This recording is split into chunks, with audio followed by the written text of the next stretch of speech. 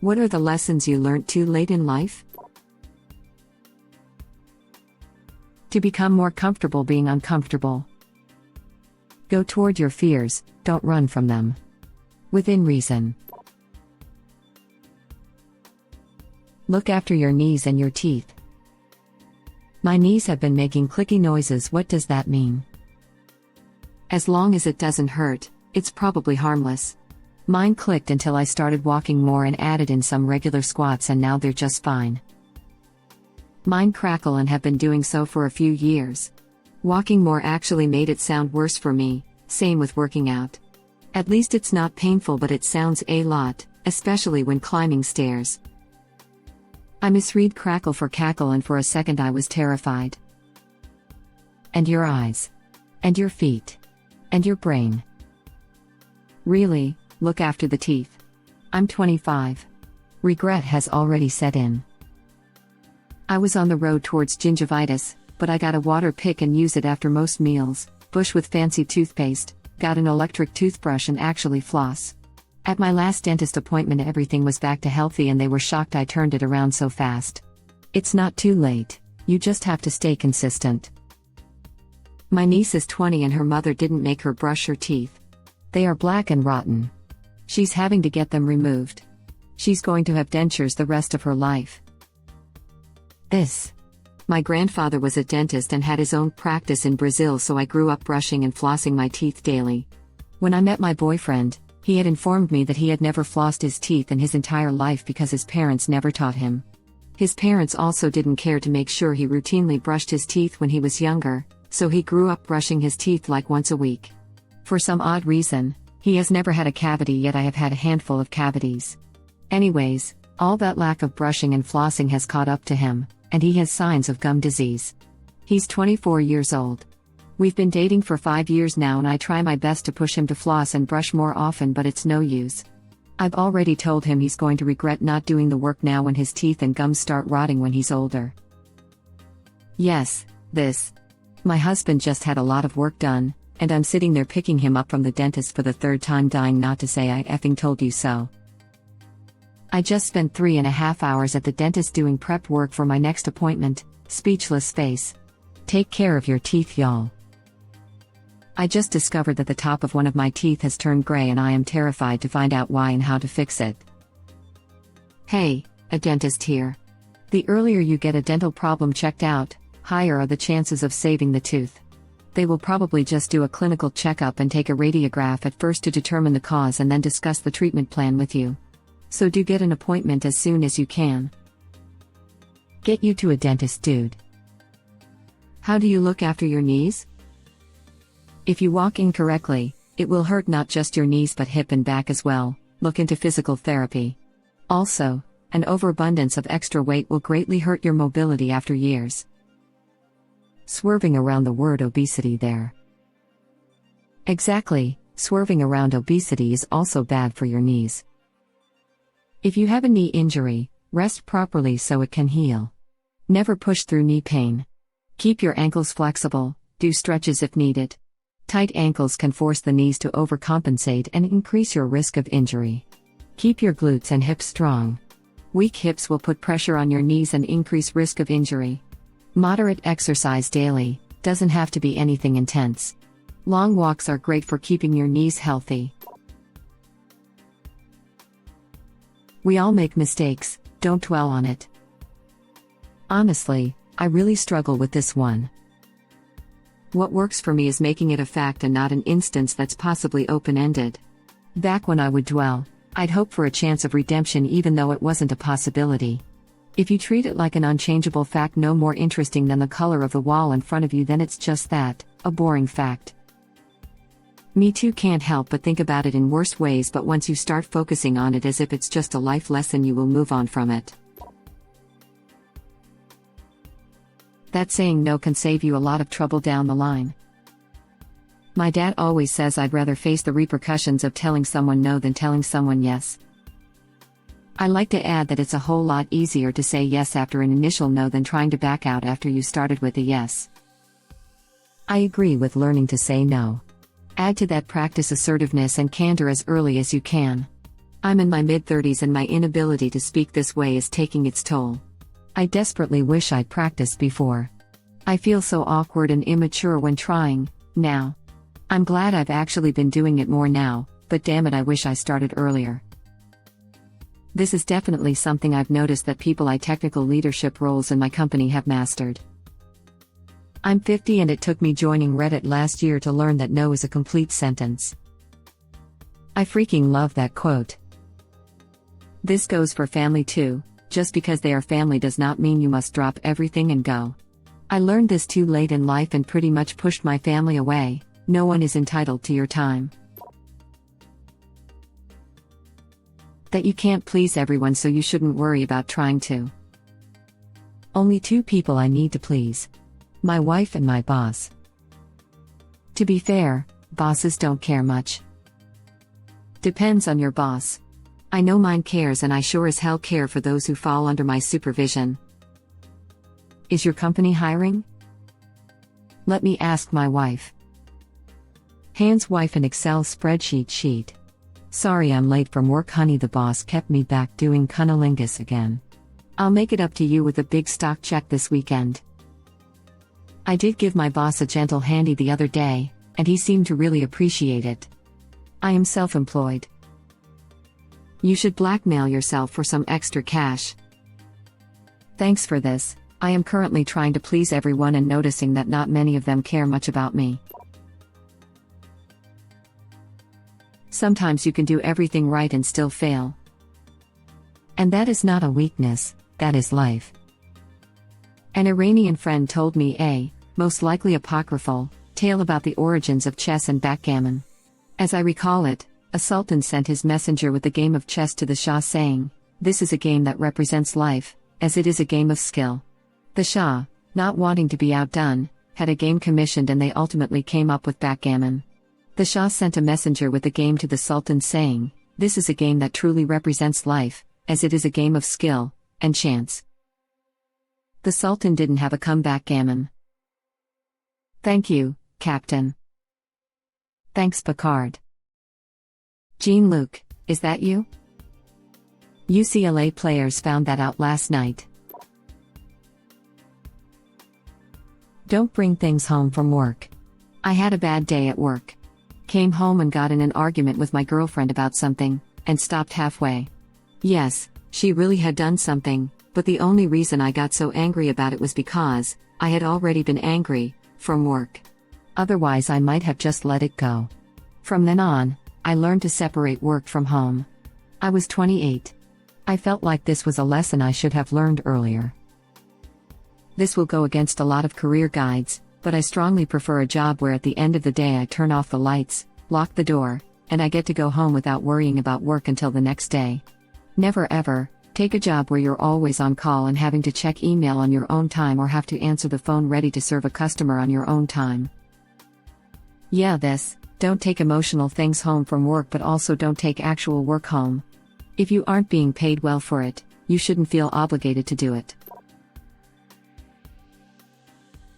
If you made mistakes, always confront them and the consequences right away. Waiting doesn't make it better, it makes it worse.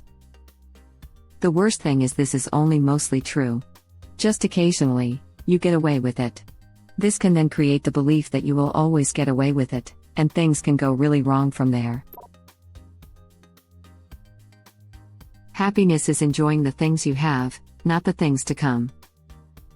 The richest person isn't one that has the most, it's who needs the least. People aren't thinking about you even a fraction of the amount you think they're thinking about you. Your noise in a lifetime of experiences and a busy mind. This is a good thing. It means you can just get what you need from people and not overthink it, safe in the knowledge that they'll forget you almost immediately. This is an important perspective when dealing with social anxiety. We judge ourselves harshly and imagine everyone else does the same. I remember a woman once caused considerable problems for me. About a year later, I happened to meet her again, and it took me about half an hour to remember who she was because I'd simply forgotten about her. Also once had a guy completely blow up at me over something completely irrational, probably resemblance to his father, and he literally spent an hour screaming and ranting at me. Anyway, about a few months later I met him and he apologized to me and I was like, who the F are you? Oh yeah, cool. I try to tell my wife this. My own words are usually something like, people are way too busy thinking about themselves and their own crap to notice/remember you. It is a little sad being so forgettable, though, laughing out loud. My problem is I remember really tiny, fleeting interactions with people for years, decades later. So I assume other people do too. I remember the day the kid who claimed to be an undercover detective trained by his uncle from Tokyo, and also being the last of his line of demon hunters, started doing karate kicks and moves in homeroom after being asked to demonstrate.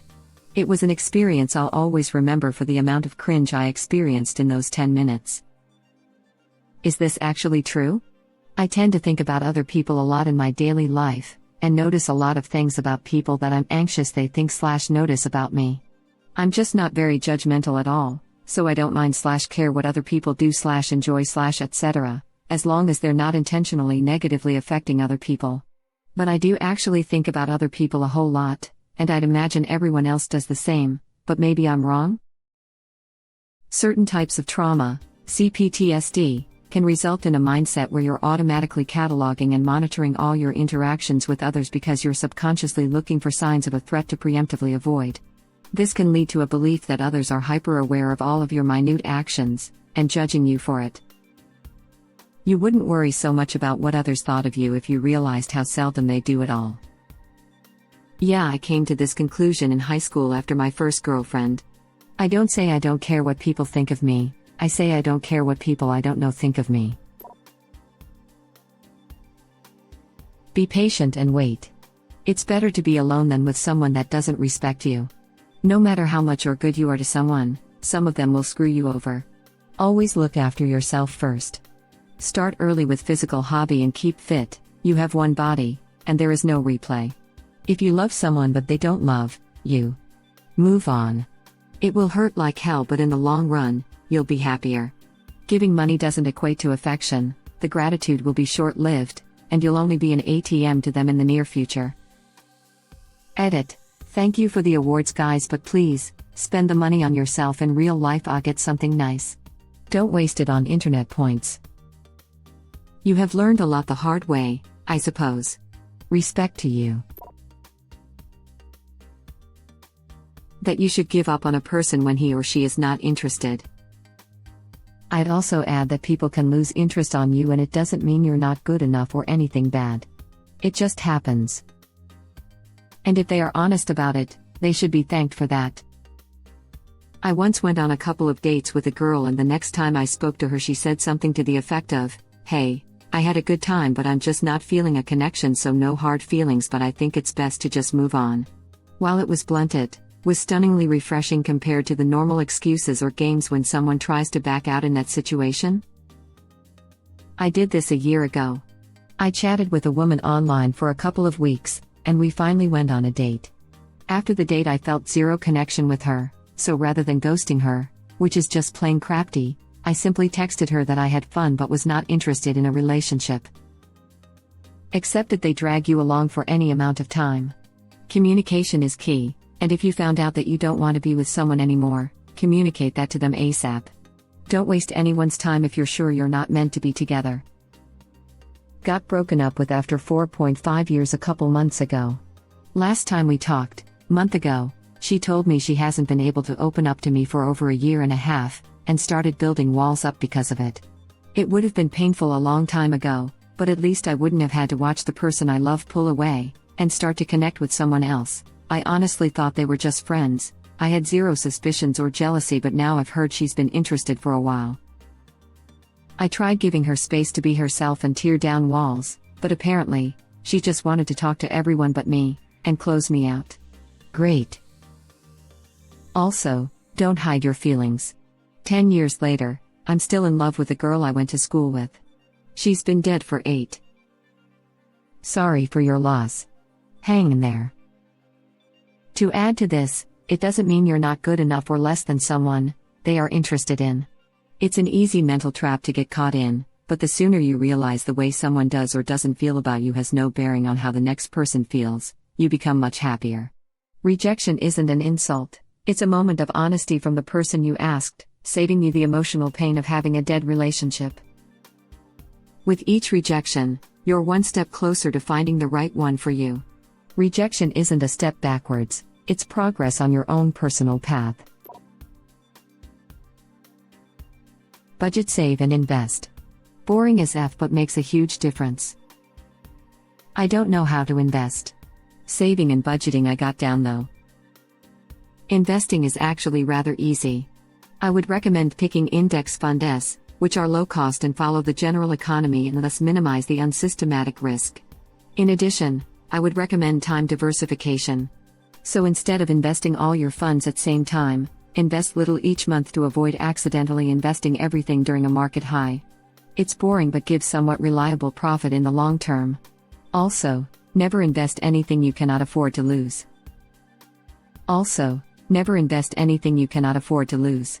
Also, avoid investing something you think you'll need in the next 5 years or so. That's what an emergency fund is for. Investments need time to mature, the longer the better, at least for most things. Time in the market, not timing the market. Never put your education/job, plans etc. on hold for a boyfriend, girlfriend, especially while in college, especially when you're 19. Edit. Holy moly. Thank you so much for all the upvotes in my first award. I've never had this much love or upvotes before. Smiling face with hearts. I just had surgery a couple days ago, so thank you so much keeping me company and entertained, heart. I specifically didn't apply to one college because my ex-girlfriend was going there. I didn't even want to see her on campus. I'm very happy with the college I chose, but I'm also married to that same ex, so I'm not sure if I should say my plan worked out or not.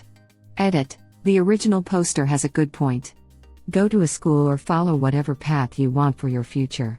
This might mean a long-distance relationship or no relationship. Make choices that work for you and work your own thing. I knew I wanted to work with computers since I was 10 and I never wavered from that. Task failed successfully. Also, congrats. It's called failing upwards.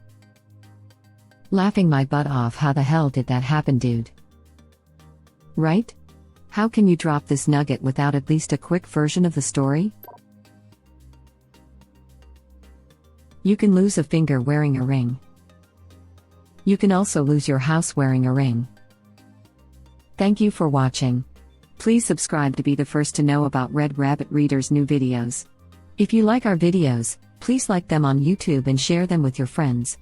We welcome your comments below. Press to start another of our videos.